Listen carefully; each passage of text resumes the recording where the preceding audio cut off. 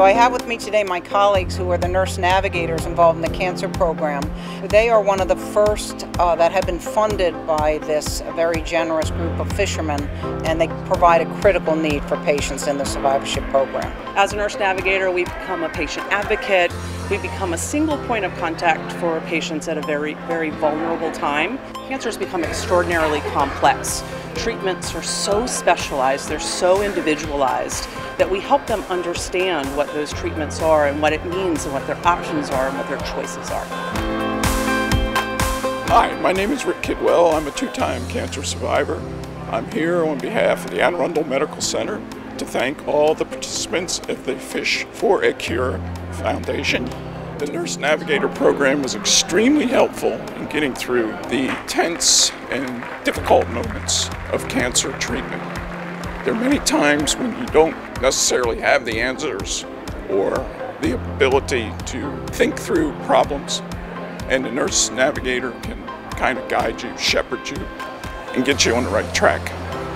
A critical need that the Fish for a Cure team helped us to fund. It's called a financial navigator.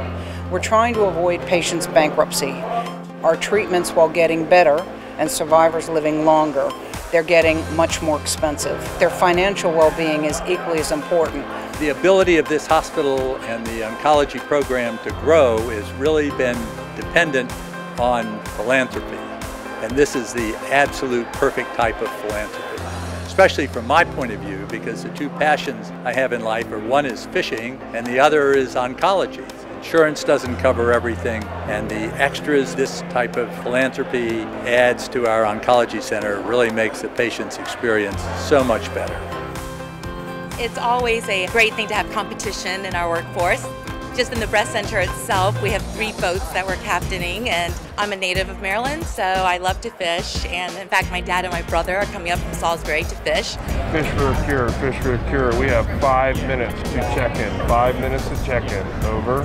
Of course, nothing beats the after party where I get to hang out with great friends, patients, co-workers. So it's always a great time. All right, there's a fish. There's down real fish. Curing cancer and fun hanging out with friends and fishing, man. I think because it hits home for everybody. Yeah, exactly. I mean, every family, everyone has friends, family members. Nothing's more rewarding. I think there's a lot of value in helping the community. We live in a community. It gets guys that I love to be with together. It gets us out in the outdoors. Gets us out of the house. Gets us out of the house. Annapolis and the Chesapeake Bay is just a great place to enjoy the environment and fish.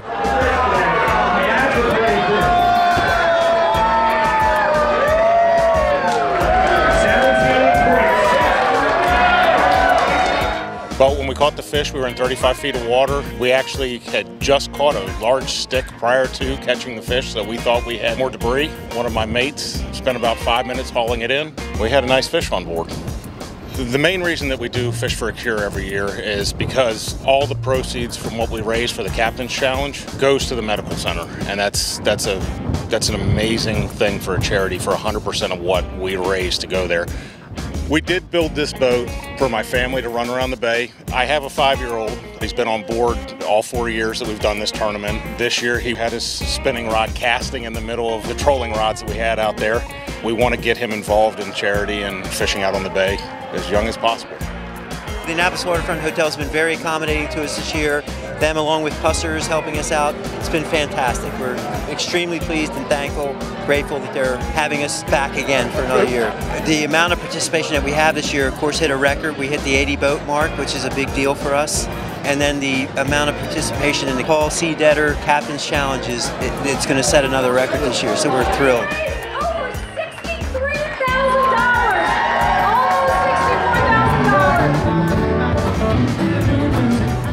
The leadership of your board and all of the volunteers and the captains and the anglers and all that you've done to support the work that we do here. I believe it was in the neighborhood of $550,000 raised this past year, which is an additional record.